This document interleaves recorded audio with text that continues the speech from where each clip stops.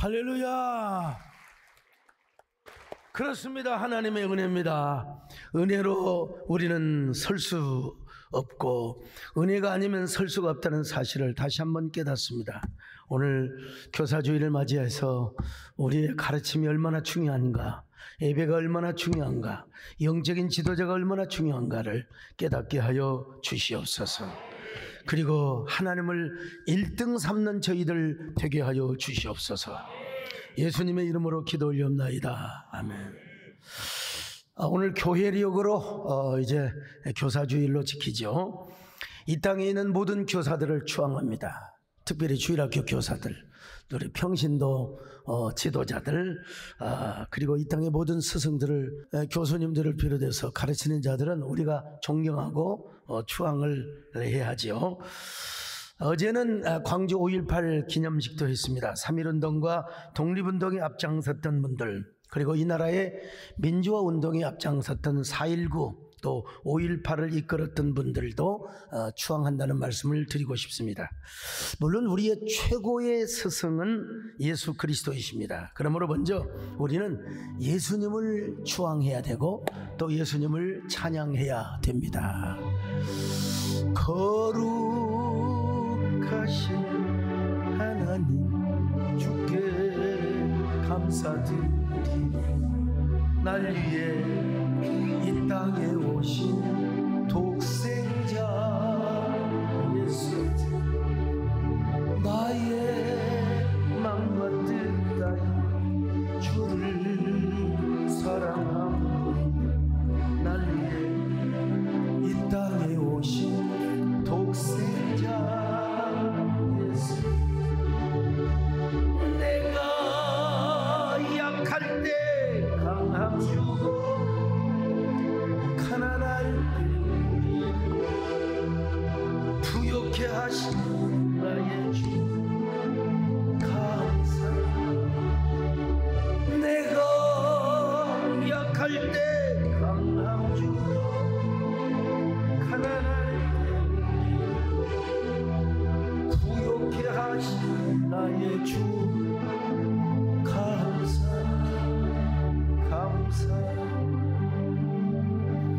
손흥민 축구선수를 모르는 사람은 아무도 안 계실 것입니다. 오늘날 손흥민 선수가, 여러분 이거 아시잖아요? 참 멋있죠? 여러분, 아버지 손웅정 씨가 있었다는 것입니다. 아버지가 쓴 책이 있습니다. 책의 제목은 모든 것은 기본에서 시작한다. 손흥정 씨도 원래는 축구선수였다고 합니다. 그는 자신을 스스로 마발이라고 하는 것은 강원도 사투리인데요, 건물만 잔뜩 든 사람이라 이 말이죠.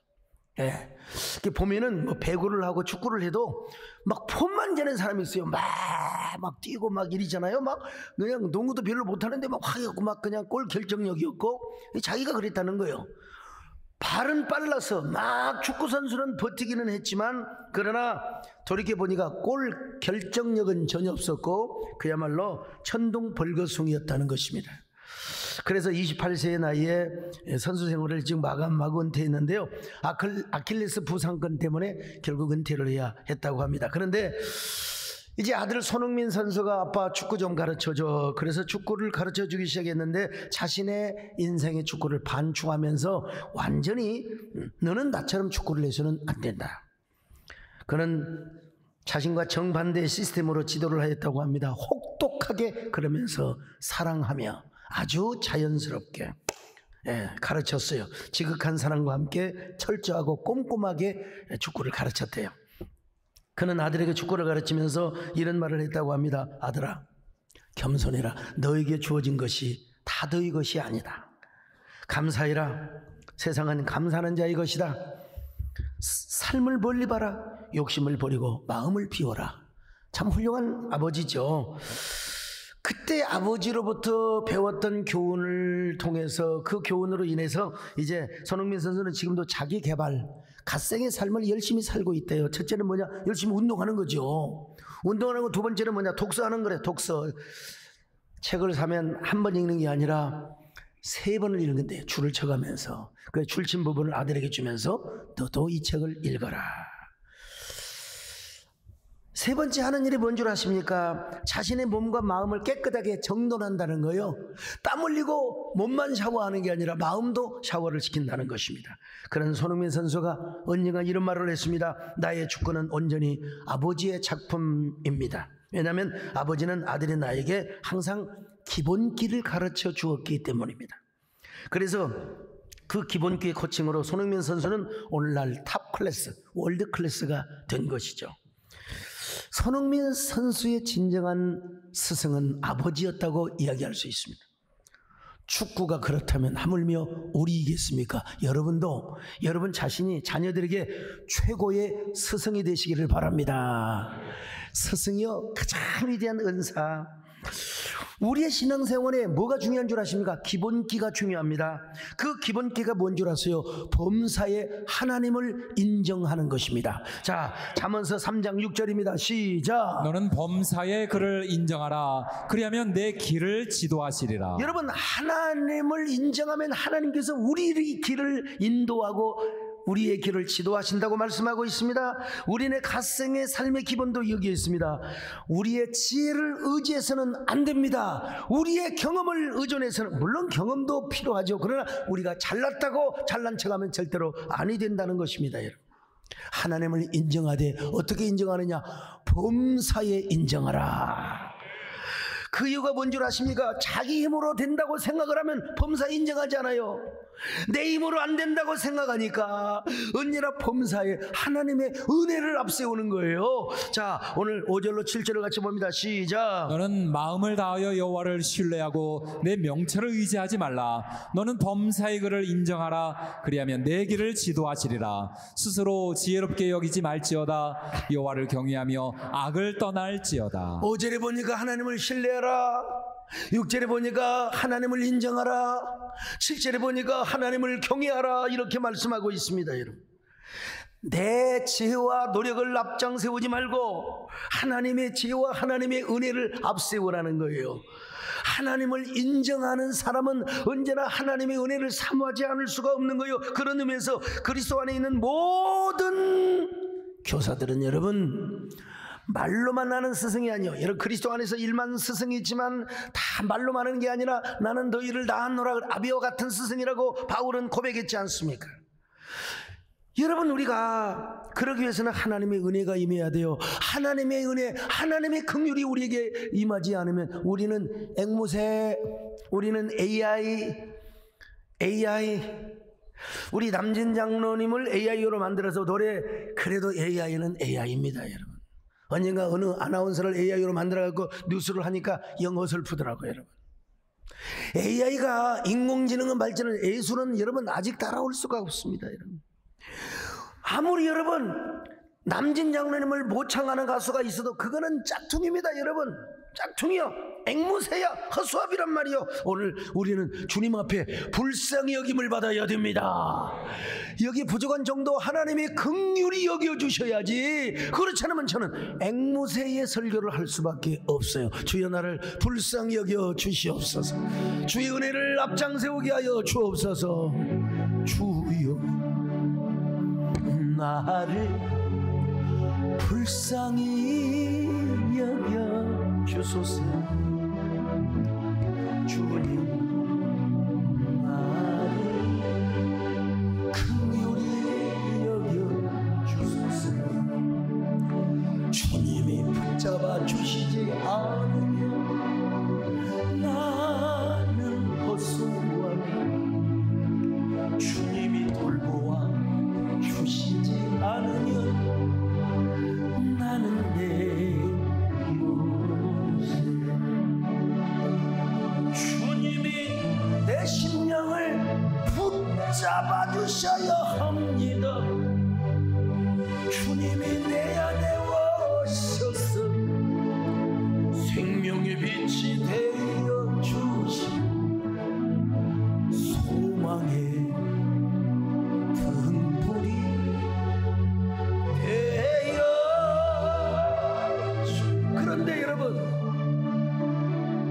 우리는 이걸 하나님의 은혜라고 해요. 하나님의 긍휼 자비라고 해요. 근데 이걸 세상에서는 뭐라고 말한 줄 아십니까? 세상 사람들도 알아요, 하나님의 은혜를. 근데 표현을 못해서 그러는 거예요. 세상 사람이 이걸 뭐라고 하냐? 운이라고 하는 거예요. 운, 행운이라고 하는 거예요. 일본의 경영의 신이라 불리우는 파나소닉의 회장인 마사시다 고노스케라고 하는 사람이 있습니다. 이 사람이 책을 지었는데 뭐냐? 사업은 사람이 전부다. 평양만상의 홍득주도 이런 얘기를 했죠. 장사는 사람을 남기는 장사다. 사람을 남기는 장사라고. 지금도 많은 일본인 기업들 중에서 가장 닮고 싶어하는 경영인이 바로 마사시다 고노스케라고 그래요. 그래서 일본인 경영인 500명을 상대로 이상적인 경영인이 누구인가 설문조사를 해봤더니 1위가 바로 파나소닉의 마사시다 고노스케였습니다. 참고로 몇 년 전에 국민일보에서 1000명의 목회자, 1000명의 평신도를 대상으로 해서 누구를 가장 닮고 싶느냐, 누구를 가장 따르고 싶고 누가 가장 앞으로 한국교회를 이끌어갈 사람이냐 설문조사에 있는지 제가 1위가 나왔다는 사실을 아십니까? 근데 마사시다 고노스케는요, 성공할 만한 세 가지가 없었어요.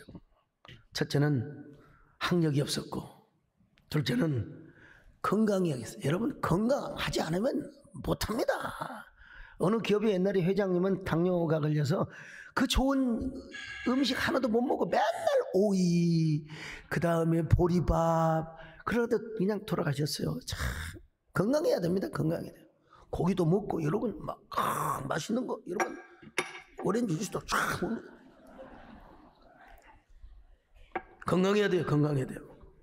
세 번째는 집이 가난했어요. 가난한 사람이 어떻게 출세를 합니까? 근데 이 모든 걸 다 딛고 일어났어요. 그래서 그 회사 직원들한테 뭐라고 한 줄 아십니까? 누군가가 파나소닉이 무슨 회사냐고 물으면 이렇게 대답하세요. 우리 회사는 사람을 만드는 회사입니다. 동시에 상품도 만드는 회사입니다. 특별히 전기, 전자제품을 세계에서 가장 잘 만드는 회사입니다. 물건을 만들기 전에 사람을 만든다는 거예요. 사람. 제가 우리 그 신학교 다닐 때 교훈이 뭔 줄 아세요? 첫째, 신자가 되라. 사람이 되라. 그 다음에 목자가 되라. 사람도 여러분 사람다운 사람이 돼야 돼요. 사람. 인간성이 못돼 가지고 말이야 남의 못된 것이나 캐먹고 다니고 그냥 가짜 뉴스나 퍼뜨리고 다니고 그런 사람이 무슨 지도자라고 해요? 안 됩니다. 여러분요. 사람을 만드는 회사요. 그러니까 소니라는 회사를 제치고 일본 최고의 전기 전자 회사가 된 것입니다. 근데 학자들이 연구를 해봤어요. 도대체 건강도 없고 저 양반 별로 별 볼 일 없는 사람인데 왜 저렇게 위대한 사람이 되었느냐 연구를 해보니까 학자들이 다 이구동성으로 뭐라고 그러냐, 1%의 노력과 99%의 운 때문이라는 것입니다. 여러분. 99%의 운이 작용을 했다는 거예요. 세상 사람들도 이렇게 얘기를 하는 거예요. 마사시다 고노스케도 그 책에서 이런 말을 했습니다. 기업은 사회가 필요로 하기 때문에 만들어졌고 성공은 운 덕분에, 실패는 나의 잘못 때문에 이루어진 것이라고. 운을 강조했어요. 운. 성공은 운 덕분이라는 겁니다. 무엇을 하든지 내 노력으로만 되는 게 아니라는 거예요. 사람들이 얘기를 물어봤대요. 회장님 어떻게 1%의 운 가지고 성공할 수 있단 말입니까? 이렇게 대답했어요. 세상에 어떤 경영인이 최선을 다하지 않겠습니까? 나보다 더 노력한 사람 더 많습니다. 나보다 더 잠 못 자고 나보다 더 많이 노력한 사람이 많습니다. 근데 내가 성공한 것은 99% 운 때문에 성공하게 된 것입니다.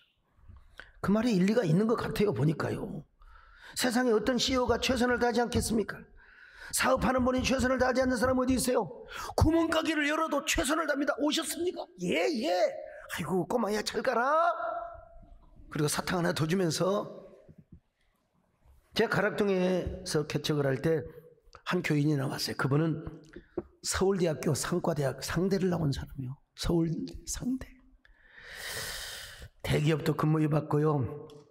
사업도 해보고 주식도 투자해봤는데 하는 일마다 안 돼가지고 결국 우리 양계숙 전사님 친오빠가 하는 단골 해물탕 바로 옆에 조그마한 구멍가게를 냈어요. 서울 상대 나오신 분이 구멍가게를 냈어요.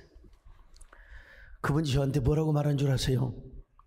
소 목사님은 내가 보기에 운이 따르는 사람입니다. 아니 운이 따르다니요? 그랬더니 우리 운이란 말을 안 쓰잖아요. 아니, 목사님 생각해 보세요. 목사님이 학력이 좋습니까? 인물이 반반합니까? 내 인물이 어때서 목회하기 딱 좋은 인물인데 키가 큽니까 말이죠. 개척 멤버 한 명도 없이 목사님 개척이다. 그런데 세상에 목사님 150명이 보이잖아요 지금. 얼마나 많은 사람들이, 얼마나 많은 목사님들이 나한테 전도지 가지고 와서 우리 교회 나오라고 한 줄 알아서 나 그분들 다 패싱하고 내가 소 목사님을 선택한 이유가 있습니다. 나 아시다시피 성격이 까칠한 사람입니다. 까칠하시거든요. 아주 깐깐하신 분이에요. 네. 그런데 그 모든 목사님들 다 패싱하고 내가 세대교를 나가게 된 것은 목사님 운이 좋아서 그런 거죠. 목사님 복이 많아서 그런 거죠. 그래서 내가 그랬어요. 그건 운이 아니라 하나님의 은혜입니다. 하나님 은혜라고 이야기하죠. 어떻든 간에 소 목사님 열심히 하셨지만 소 목사님 못지않게 열심히 하는 사람도 있었어요. 그런데 소 목사님은 운이 따르고 하나님 은혜가 따르기 때문에 앞으로 큰 종이 될 겁니다. 그분이 예언을 하셨어요. 서울대 상대 나오신 분이 목사님 큰 목회를 하게 될 겁니다.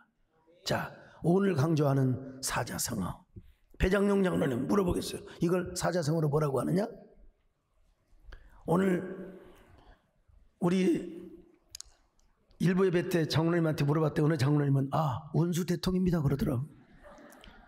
원수 대통이 아니라 세상 말로 온칠기삼이라고 그래요. 온칠기삼이라고 그래요. 마키아벨리가 쓴 군주론이라는 책이 있잖아요. 군주론.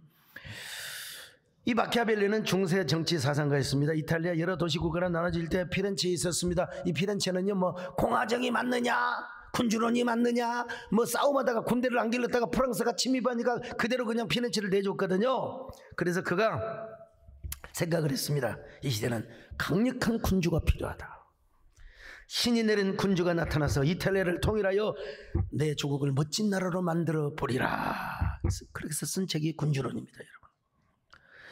이 군주론요, 우리나라의 모든 독재자들은 전부 다 이 마키아벨리의 군주론을 독파한 사람들입니다, 여러분. 여기에서 세 가지를 강조하고 있는데 하나는 뭐냐? 키워드가 포르투나. 둘째는 비르투고요. 세 번째는 네체시타입니다. 이 포르투나는 운을 말합니다. 포르투나에서 나오는 말이 영어로 포천이라고 하는 거예요. 경기도 포천이 아니라 영어로 포천. 그래서 포천텔러 하면 점령이라고 하잖아요.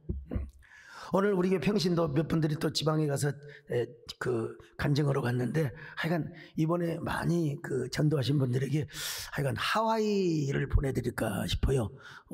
하와이에는 부고기도 있고 또 포천에도 있고 하긴 하지만 진짜 하와이를 보내드릴까 싶기도 하는데 아무튼 간에 포르투나 운이에요. 운명이란 두 가지 얼굴이 있습니다. 사나운 얼굴에 아군이 있는가 하면은 하나는 여기 보세요. 화한 얼굴이 있습니다. 어떤 악한 얼굴은 그런데 화한 운명은 강물과도 같아서 한 번 노하면 화를 덮치고 강가에 있는 나무를 뿌리채 뽑아버리게 그냥 폭풍을 해가지고 말이죠. 운명이 화할 때는 배려의 노를 저으면서 얼마나 정말 아름다운 행운이, 아름다운 미소가 우리에게 다가온지 몰라요. 그래서 마키아벨리는 운명의 신을 손아귀에 넣으려면 신중하기보다는 과감한 결단이 필요하다는 거예요. 지도자는 결단력이 필요하다. 지도자가 되려는 사람은 강력한 결단력이 있어야 된다는 거예요. 결단력. 이런 보세요. 권력을 잡은 사람들은 결단력이 절대로 양반, 신사, 아주 신중하고 이런 사람은 절대로 대통령 못합니다. 혹시 총리는 할지 몰라도 깡다구가 있어야 돼요. 도끼가 있어야 돼요. 이게 마키아벨리가 말하는 겁니다, 여러분요. 지도자가 되려는 사람은 강력한 결단력. 예. 근데 세 번째 네체시타를 이야기합니다. 이 네체시타는 무슨 말이냐? 시대가 요구하는 시대 정신을 말합니다. 그래서 지도자는 시대 정신을 알아야 합니다. 아니면 그 시대 정신을 만들어 가야 돼요. 여러분 뭐 그런 얘기해서 죄송하지만 뭐 새마을운동이라든지 정의구현 사회 정의구현이라든지 뭐 이런 사회를 이거 다 만들어낸 거예요. 시대 정신을 만들어 간 거예요. 여러분 다 보면요. 이 지도자는 포르투나라는 좋은 기회도 있어야 되지만 그 기반 위에서 비루트 결단력이 있어야 되고 그리고 시대를 간파하는 해안이 있어야 된다는 거예요. 역사의 눈을 시대를 바라볼 수 있는 눈이 있어야 된다는 거예요. 마키아벨리의 군주론을 많이 읽은 사람들이 대부분 이 넷째 시대를 파악하기 위해서 이 책을 읽었다고 합니다. 개인의 윤리와 국가 윤리를 지키고 국가 전체를 바라보면서 나라를 다스려야 하는데 이 세 가지 요소 가운데 키워드 가운데 가장 중요한 것을 뭐라고 꼽느냐? 운이라고 하는 거예요. 포르투나 운이라고. 2002년 노벨 경제학상을 수상한 행동경제학자 다니엘 캐더만이라는 교수가 생각에 관한 생각이라는 책을 썼는데 이 책에서 계량경제라는 이 언어를 만들어내고 계량경제를 가지고 통계를 냈는데 그 데이터가 나왔는데 바로 운칠기삼 70%가 운이고 30%가 노력이라는 걸 이 과학적으로도 운칠기삼을 증명해냈다 이 말입니다. 내 노력도 있어야 되지만 운이 있어야 된다. 자, 근데 여러분 제가 지금 운명론을 말하는 게 아닙니다. 여기까지만 들으면 저는 큰일 납니다. 세상에서 운을 얘기지만 운이 무엇인지를 몰라요. 운이란 어디로서부터 알고 왔으며 어떤 사람은 풍수는 말이요 지관은 말이요 몇 자리를 잘 써야 온다고 한다지만 그거 여러분 정확하지가 않아요. 예. 뭐 집터를 잘 잡아야 운이 온다고 말이요. 뭐 여러분 운은 도대체 어디서 오는 겁니까? 운의 본질과 정체를 그냥 사이드에서는 얘기할 수 있어도 운의 궁극적인 본질과 기원을 말해주지를 못하는 겁니다, 여러분. 그래서 성경은 말씀합니다. 여호와는 사람을 죽이기도 하고 살리기도 하시며 사람을 수월에 내렸다가 올리기도 하시며 가난한 자를 저 궁핍한 자를 부귀한 자와 함께 하시는도다. 모든 주권적인 하나님의 은혜가 모든 하나님의 행운이 어디로부터 오느냐? 하늘로부터 온다는 사실을 아셔야 됩니다. 하나님으로부터 온다는 사실을 아셔야 됩니다, 여러분. 하나님의 은혜, 주권적 은혜. 오늘 이 주권적 은혜 때문에 오늘 우리가 예수 믿고 이 자리에 앉아 있는 줄로 믿습니다. 주권적인 은혜가 뭐예요? 하나님께서 당신의 사랑하는 자들에게 주권적으로 베푸시는 호의와 은총과 축복을 말하는 거예요. 그러니까 그 주권적인 은혜 안에서 우리가 노력하는 거지요. 우리가 최선을 다하는 거죠. 토마스 찰머스라는 분은 뭐라고 그랬어요? 모든 것이 하나님의 은혜에 달려있는 것처럼 하나님을 의지하고 모든 것이 나에게 달려있는 것처럼 내가 최선을 다하라고 했어요. 은혜와 노력을 동시에 강조하는데 세상에서는 이걸 운칠기삼이라고 한다 이거죠. 여러분 하나님의 은혜가 없는 최선, 하나님의 은혜가 없는 노력은 이건 다 소용없어요. 은혜가 있어야 됩니다. 하나님 우리를 불쌍히 여겨 주셔야 됩니다. 하나님 우리를 긍휼히 여겨 주셔야 됩니다. 그래서 우리는 이렇게 고백합니다. 모든 것이 은혜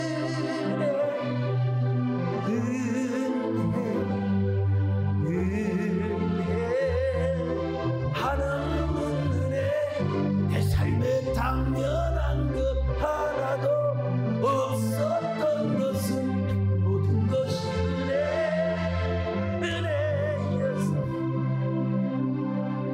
우리가 은혜를 구해야 됩니다. 하나님의 자비하심을 구해야. 그러려면 어떻게 해야 되냐?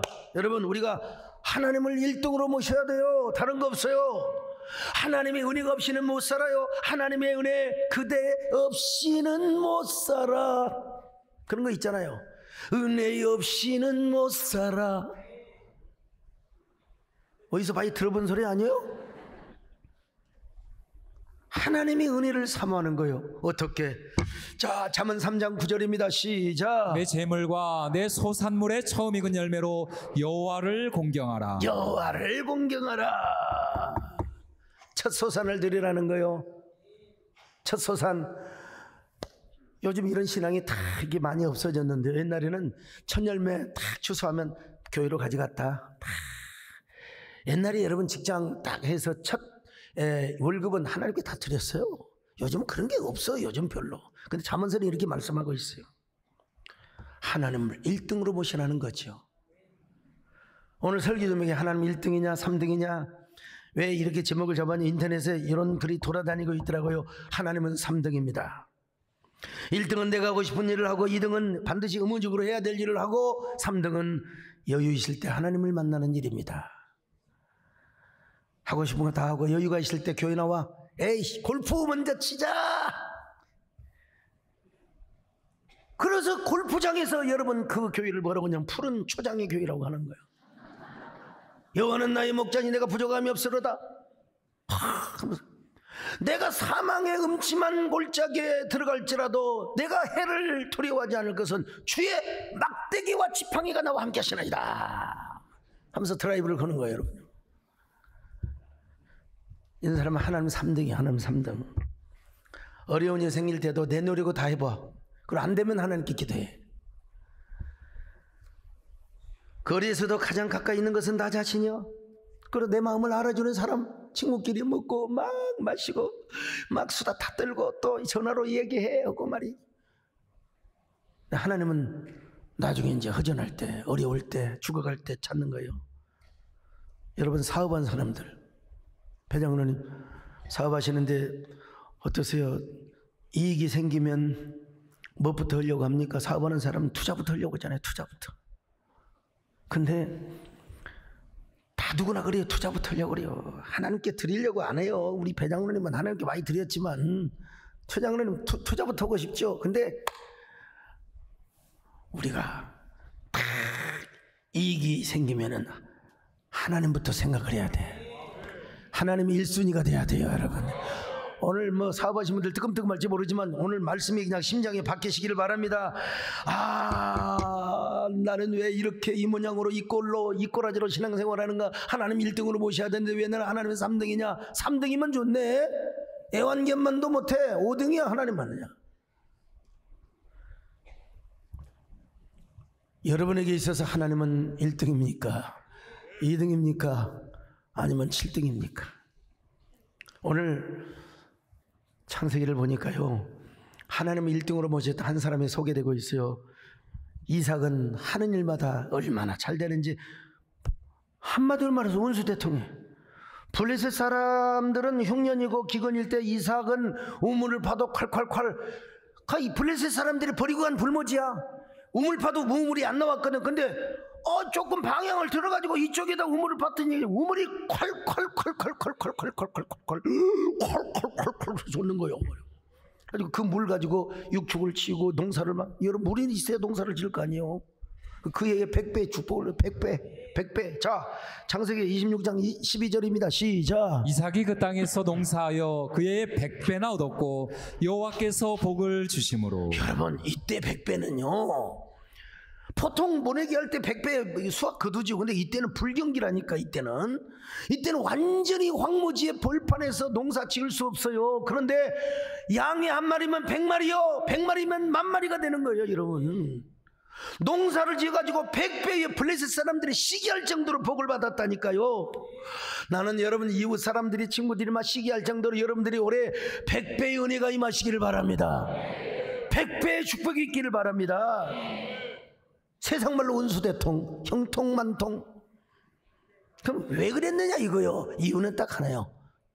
이삭이가 하나님을 1등으로 모셨어. 1등으로. 자, 창세기 26장 25절을 같이 봅니다. 시작. 이삭이 그곳에 제단을 쌓고 여호와 이름을 부르며 거기 장막을 쳤더니 이삭의 종들이 거기서도 우물을.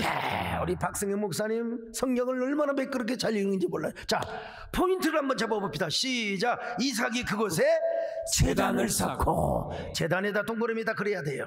그 다음에 여호와 이름을 부르며, 똑같은 말이죠. 그 다음에 거기 뭐요?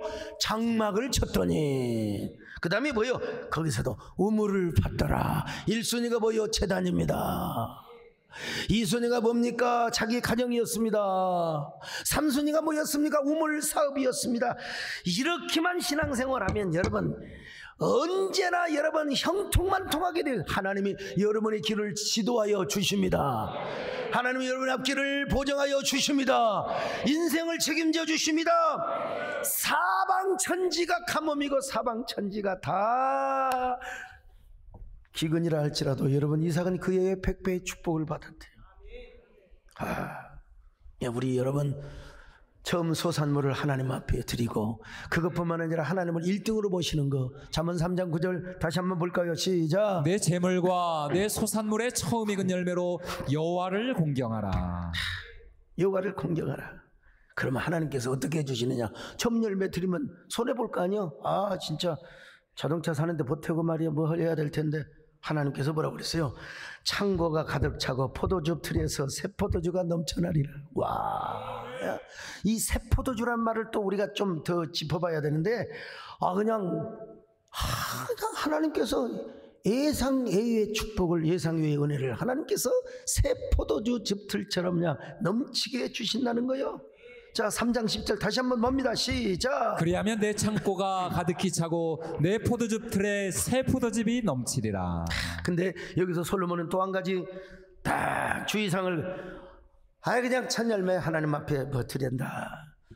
첫월급 드리면 하나님 내 인생을 책임진다. 맞아요 원리적으로. 근데 거기는 뭐가 있어야 되느냐? 인자와 진리가 있어야 된다는 거예요. 인자와 진리. 잠언 3장 3절입니다. 시작. 인자와 진리가 내게서 떠나지 말게 하고 그것을 내 목에 매며 내 마음판에 새겨라. 인자 했어야 됩니다. 하나님의 무궁한 사랑. 근데 하나님은 우리를 향하여 절대 불변의 사랑을 주시는 것도 했어야 되지만 우리가 하나님을 향하여 변함없는 사랑을 드리는 것도 했어야 돼요. 여러분 그 헤세드의 마음을 하나님 앞에 드리라 이 말입니다. 이랬다 저랬다 변덕하고 그냥 우울하고 하지 말고 여러분 언제나 한결같이 주 예수님을 찬양하자 이 말입니다. 한결같이 주 예수님을 섬기자 이 말입니다. 할렐루야. 한결같은 주 예수를 찬양합시다. 세상 지나고 편할지라도 영원하신 주 예수 찬양하. 네, 진리란 말이 있는데 에메트입니다. 에메트. 신실, 성실, 확실함을 말하는 겁니다. 그러니까 하나님을 향한 변함없는 사랑뿐만 아니라 성실한 마음, 변하지 않는 마음, 하나님을 향한 신실한 마음을 하나님께 드리라는 말이요. 이런 사람은 언제나 하나님의 율법을 주야로 묵상하고 언제나 하나님의 말씀이 내 안에 떠날 수가 없는 거요. 자, 잠언 3장 1절입니다. 시작. 내 아들아 나의 법을 잊어버리지 말고 내 마음으로 나의 명령을 지키라. 하나님의 말씀이 내 안에서 묵상하고 마음을 샤워시키고 마음을 깨끗하게 하고 항상 메디테이션 명상하고 묵상하고 이런 사람은 여러분 하나님께서 어떤 은혜를 주시느냐. 자, 잠언 3장 2절입니다. 시작. 그리하면 그것이 내가 장수하여 많은 애를 누리게 하며 평강을 더하게 하리라. 장수. 우리 모두 다 장수하시기를 축원합니다. 목사로서 이렇게 암 환자들 오면은 기도해 주는데 뭐 대부분 다 살죠. 다 항암제 맞고 다 대부분 다 살죠. 근데 어쩌다가 나보다 먼저 가는 사람이 있으면 미안해. 아유 저 암을 내가 걸려가지고 내가 이겼어야 되는데 이런 생각이 들 때가 있어요. 근데 뭐 암 걸려야지. 하나님께서 건강을 주시면 암 안 걸립니다.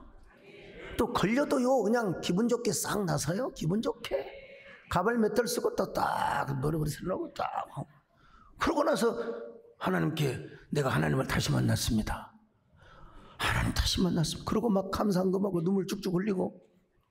우리는 옆 사람 보고 인사 좀 하세요. 우리는 암 걸릴 이유가 없습니다. 왜? 하나님의 은총이 임하니까. 하나님의 은총 헨이 임하는 거요. 헨나머 믹소 헨나. 하나님의 은혜로다. 하나님의 은총. 누구에게? 하나님의 말씀을 경외하고 지키는 자에게. 이런 사람은 하나님의 은총도 받지만 사람들에게 귀중하게 입어요. 어디 가도 귀중히 여김받아. 어디 가도. 예. 얼마나 신납니까? 행복합니까? 여러분 딱 비결이 있어요. 하나님을 1등으로 모시는 거예요. 하나님 최우선순위. 오늘 3등에서 교체로 합시다. 1등으로. 우리 인생의 여정을 비행기로 모신다면 우리 하나님을 저기 3등석에 저 화장실에 부 하는 냄새 나는 곳에 모시는 게 아니라 1등석에 퍼스트 클래스로 1등석으로 다 모시는 거예요. 예. 얼마나 멋있는 삶입니까? 그러면 하나님이 우리의 모든 포도주들과 곡식과 창고가 그냥 넘친다고 하지 않습니까? 이 말씀을 믿으시기를 축원합니다.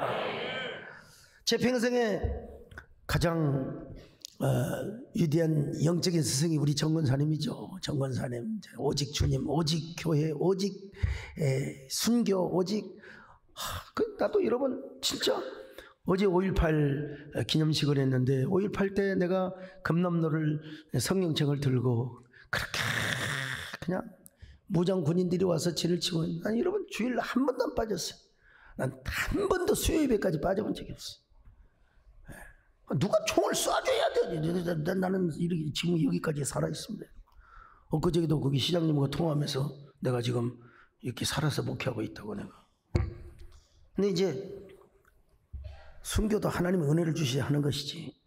우리 정권사님, 제 장모님이 이제 그런다고 하지만 두 번째로 우리 박종산 목사님 잊을 수가 없어요. 끔찍하게 사랑하시는지 용돈을 주시는 건 기본이고 하여튼 사모님께서 소고기, 건더기 이런 거 뭐 우리 다 알잖아요. 그냥 안 해도. 예. 근데 제 사모님한테 좀 미움을 받아가지고 야단을 맞았어요. 이 고기를 목사님이 자기 아드님의 국그릇에 있는 것까지 다 주니까 이제 좀 눈총을 봤는데 그 트집을 딱 제가 잡힌 게 있어요. 뭐냐면 밥을 먹으면서 다리를 떨었거든. 다리를 떨었어. 그때 왜 좀 경조증이 좀 있었나 봐. 좀 약간 막 그리고 먹을 때도 막 주여 감사. 맛있다. 이 서전도사 앞으로 목회하려면 다리 떨면 안 된다네 이 사람아. 그리고 밥을 그렇게 희죽거리고 먹으면 되나 복 없이. 그래도 나는 복만 받더라고. 근데 박 목사님 뭐라고 한 줄 알았어? 여보 그런 소리 마세요. 나이 들고 철들면 다리 떨라고 해도 다리 안 떨어요. 여러분 나 다리 안 떱니다 지금. 60 넘어서 다리 떠는 분은 유일하게 우리나라의 남진 양로님밖에 없어요 여러분요.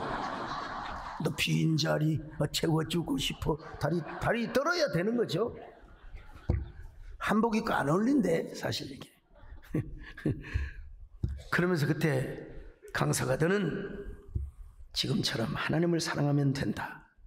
야, 나이 먹고 너 나중에 교회 커도 하나님을 1등으로 모셔라. 오늘 표현해 보면 하나님을 1등으로 모셔라. 예. 너 나중에 다리도 안 떨고 다 얌전하게 될 것이다. 그렇잖아요. 지금 다리 안 떨잖아요. 밥도 참전하게 먹습니다. 여러분. 미국 가셔서 이 사람 저 사람 설득하셔서 생활비를 매달 보내주셨어요. 거기는 목사님 사모님이 그 접시 닦고 또 그 재봉일 해가지고 모았던 700불을 한 거. 야 그때 700불 엄청난 돈이었습니다. 큰 돈이었어요. 광주에 가면 광주신학교가 있는데 앞으로 거기 유망한 신학생이 있습니다. 그 학생을 도와주면 그 학생 앞으로 큰 교회 지도자가 될 겁니다. 그래가지고 사람들을 막 꼬드겨가지고 저한테 막 그때 그 가장 많이 도와줬던 신정숙 권사님이라고 계시는데 내가 여러분 다 그분들 돌아가시 전에 제가 다 찾아뵙고 다 넙죽 인사하고 오늘 소목사기 있기까지 도와주셔서 고맙습니다. 세월이 흘러서 총회장이 되었어요. 우리 정기호 목사님 같은 거는 워낙 걸출하셔서 훈장 드릴 수 있는데 이분은 좀 일찍 미국에 가셔서 초야에 묻힌 분이나 다름이 없거든요. 그래도 제가 총회 절차를 다 밟아서 또 훈장위원회 그 수여하는 위원회에 제가 잘 이야기라고 부탁을 해서 제가 이분에게 교육 훈장을 드렸습니다. 그때 제가 얼마나 가슴이 먹먹하던지요. 내가 원하지도 않은, 내가 요구하지도 않은 문화일보에서 스승에 대해서 좀 글 좀 써주라고. 그래서 내가 여러분 2편을 연속 써가지고 우리 박종산 목사님을 지난번에 동아일보에다 썼고 하여간 이번에는 문화일보에 썼고 그런 의미에서 저는 하나님의 은혜를 누구보다도 많이 받은 사람입니다. 왜냐하면 저는 지금까지 참 좋은 사람들을 많이 만났어요.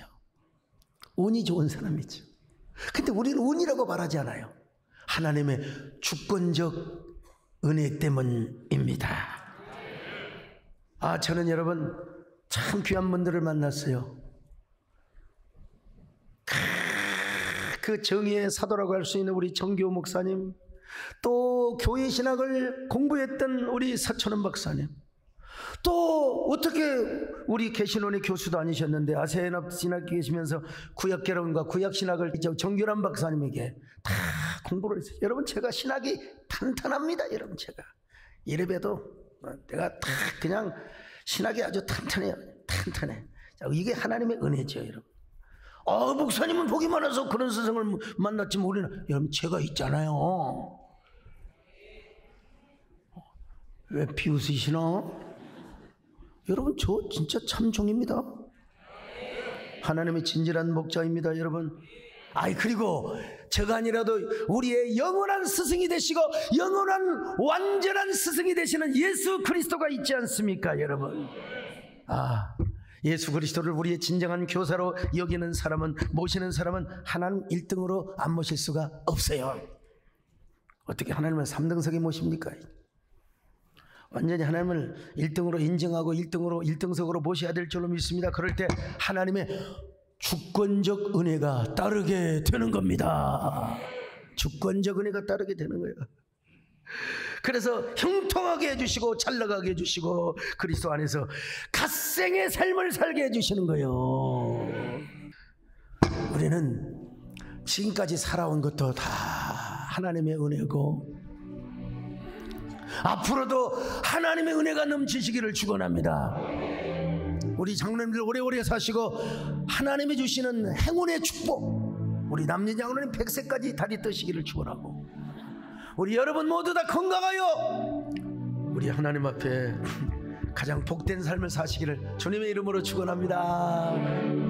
나의 평생 가장 복된 내가 예수님을 만난 것이 나의 평생 가장 잘한 내가 예수님을 주로 섬긴 것이 이 세상 살 동안 내가 걷는 때론 험하여서 넘어질 때 주의 강한 손 나를 붙드시고 나는 예수님을 주로 섬긴 것이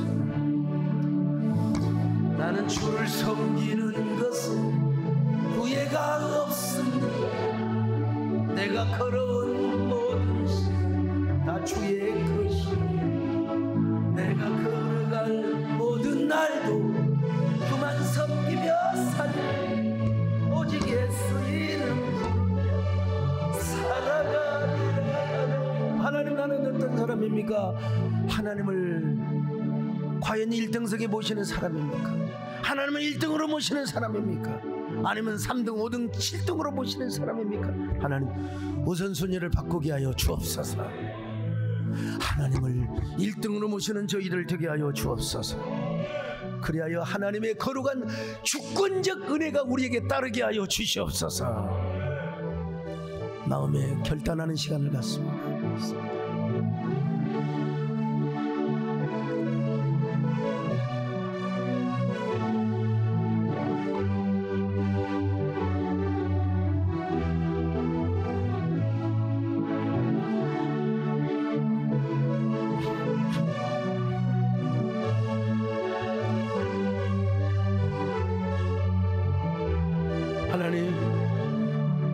그렇습니다. 첫 번째가 하나님이 되게 하여 주옵소서. 언제나 하나님을 1등으로 모시는 저희들 되게 하여 주시옵소서.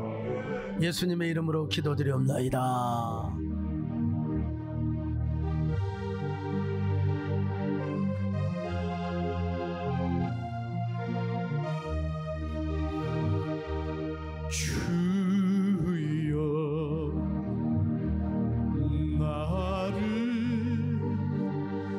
불쌍히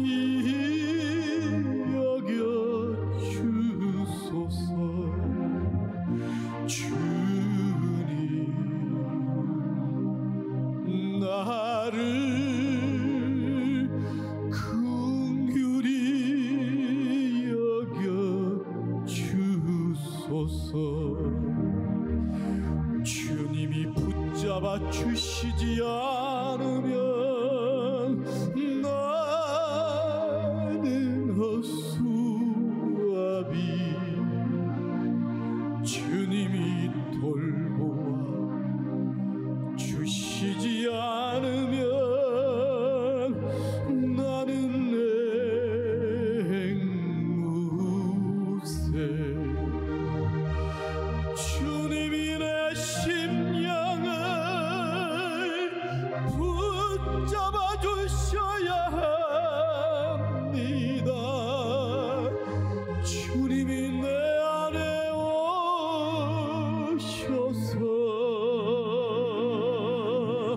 생명의 빛을 비춰주시고 소망의 등불이 되어 주소서. 주여 나를 불쌍히 여겨 주소서. 주님 나를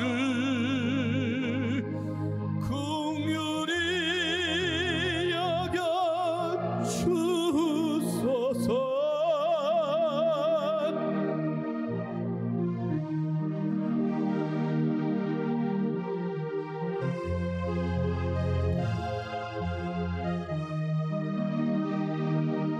주님이 내 영혼을 붙잡아 주셔야 합니다. 주님이 내 안에 오셔서 영혼의 빛이 되어 주시고 희망의 등불이 되어 주소서. 희망의 등불이 되어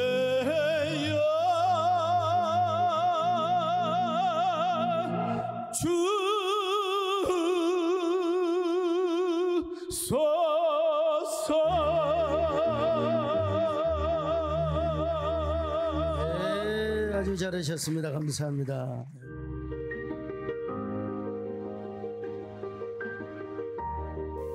안녕하세요. 영화 2부에서 교사로 섬기고 있는 구교구 김미수 집사입니다. 교회에 늘 헌신적이고 신실하셨던 아버지가 새벽 기도를 마치고 출근하시던 중에 갑자기 돌아가셨습니다. 그때 제 나이는 12살이었습니다. 아버지의 죽음 이후 어머니는 하나님에 대한 배신감으로 더 이상 교회를 다니지 않으셨고, 부모님을 따라 교회를 다녔던 저도 자연스럽게 교회와 멀어지게 되었습니다. 예기치 않은 불행으로 가장이 되어야 했던 어머니는 경제를 책임지기 위해 사업을 시작하셨고, 계속되는 심리적 부담감과 스트레스로 다시 기댈 곳을 찾으셨습니다. 당시 이모님의 권유로 성당을 잠깐 다니셨지만 어머니의 신앙으로 자리 잡지는 못했습니다. 하지만 견설업계의 불황으로 어머니의 사업이 점점 어려워졌고, 모든 것을 포기하고 싶은 절망의 시간을 보내던 어머니에게 어느 날 큰 아이가 "할머니, 교회에 나가세요" 라고 말을 했습니다. 그렇게 어머니는 큰 아이의 권유로 다시 교회에 나가기 시작하셨고, 모든 것을 하나님께 맡기고 간절하게 기도하셨습니다. 그런데 신기하게도 아버지가 다니시던 교회 분들이 어머니의 상황을 알게 되면서 도움의 손길을 내밀어 주셨고, 다행히 어머니의 사업은 고비를 넘기고 다시 안정을 찾을 수 있었습니다. 가장 힘든 순간 아버지의 믿음과 어머니의 기도가 헛되지 않았음을 깨닫게 된 저는 새 아이의 엄마로서 거룩한 책임감을 가지고 자녀를 위한 기도를 쌓아가기 시작했습니다. 자녀에게는 부모의 존재가 절대적이지만 더 크신 하나님의 사랑과 보살핌이 늘 자녀와 함께하기를, 그리고 아이들이 하나님을 믿고 의지하며 어떤 두려움 앞에서 담대할 수 있는 용기를 가질 수 있도록 열심히 자녀들과 함께 예배를 드리며 간절하게 기도했습니다. 그런데 셋째 아이가 영화부를 졸업하면서 하나님은 제게 영화부 교사로서의 사명을 주셨습니다. 사실 남편이 아직 교회를 다니지 않아서 혼자 아이 셋을 챙기다 보니 예배만 드리기도 버거웠던 적이 많았습니다. 그래서 영화부에 아이를 맡기는 부모로서가 아닌 교사로서의 첫 걸음은 낯설고 심적으로도 부담이 많이 되었습니다. 하지만 하나님은 제게 평온한 마음과 사명 감당에 대한 담대함을 주셨고, 교사를 하면서 교회에 대한 소속감이 더 생기게 되었습니다. 자녀들의 입에서 자연스럽게 기도와 찬양이 나오는 것을 보면서 제가 교사의 사명을 감당하면서 우리 가정이 하나님 곁으로 한 걸음 더 나아가는 것 같았습니다. 하나님이 예비하신 모든 것이 그저 감사하기만 했습니다. 하지만 코로나 팬데믹을 거치면서 아이들의 믿음에도 위기가 찾아왔습니다. 목사님이 되고 싶다는 꿈을 가질 만큼 교회에 잘 적응하던 큰 아이가 사춘기까지 겹치면서 하나님의 존재를 의심하고 교회에 다니는 것을 귀찮아하기 시작했습니다. 그때 교회 학교 선생님들과 집사님들이 큰 아이가 사춘기와 신앙의 고비를 잘 넘길 수 있도록 함께 간절히 기도해 주셨고, 하나님은 흔들리는 큰 아이의 믿음을 붙잡아 주시며 소년부 예배와 영어 예배에 모두 승리하게 해주셨습니다. 중학생이 된 큰 아이는 올해 2월부터 교사인 저와 함께 영화 2부에서 봉사로 섬기고 있습니다. 영화부 봉사를 하면서 아기들을 돌보는 것이 쉽지 않다는 것을 알게 된 큰 아이는 제게 엄마는 어떻게 새 아이를 키웠냐며 이제는 엄마를 이해하고 위로해주는 든든한 동역자가 되었습니다. 묵묵히 예배를 드리며 믿음을 조금씩 키워가고 있는 둘째와 형제들 중 유일한 모태신앙으로 태어나 믿음이 더 충만한 막내까지 하나님만의 계획과 방법으로 제 자녀들의 믿음이 자랄 수 있도록 가르쳐 주신 교회학교 선생님들에게 진심으로 감사드립니다. 교회학교를 통해 제 자녀들의 믿음이 성장했던 것처럼 저도 교사로서 제가 맡은 아이들의 믿음이 잘 자랄 수 있도록 기도하며 최선을 다하겠습니다. 새 에덴 교회에서 교사로서의 사명을 허락하시고 간증의 자리에 서게 해주신 하나님께 모든 영광 올려드립니다. 감사합니다.